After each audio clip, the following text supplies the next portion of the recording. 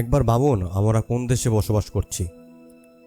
2 মাসের উপরে হয়ে গেল আওয়ামী লীগ সরকার স্বৈরাচার, ফেসিস্ট ইত্যাদি খেতাব পেয়ে ছাত্র জনতার অভ্যুত্থানের মুখে ক্ষমতাচ্যুত হয়েছে।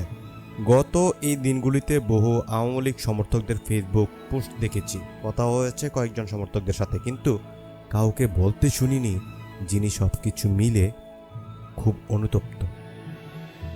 আমি কোনো আওয়ামী লীগকে বলতে শুনিনি আবু সাইদ, মুগ্ধ সহ শত শত নিরহ ছোট ভাইদের করুণ মৃত্যুতে তারা একটু অনুতপ্ত। আমি কোনো আওয়ামী লীগকে বলতে শুনিনি দেশ থেকে বিলিয়ন বিলিয়ন ডলার পাচার হওয়াতে তারা খুবই দুঃখিত।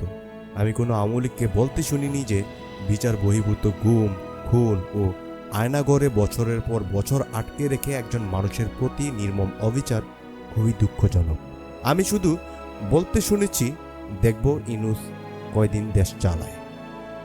আগের সরকার ভালো ছিল। এই স্বাধীনতা কি জনগণ চেয়েছিল? দেশ 20 বছর পিছিয়ে গেল। আসলে আমার খুব জানতে ইচ্ছে করে, একটি দলের প্রতি ভালোবাসা থাকা মানেই কি এটাই যে আমরাই সঠিক আর বাকিরা সব ব্যাঠিক? একটি দলের প্রতি ভালোবাসা থাকা মানেই কি আমার কোনো বিবেক থাকবে না? আমাকে খুব পাষাণ হৃদয়ের অধিকারী হতে হবে? দেশের মানুষের প্রতি আমার কোনো মায়া থাকা যাবে না? একটি দলের প্রতি ভালোবাসা থাকা মানেই কি আমার নেত্রী ফেরেশতা সমতুল্য এবং তারা সকল ভুলের ঊর্ধ্বে?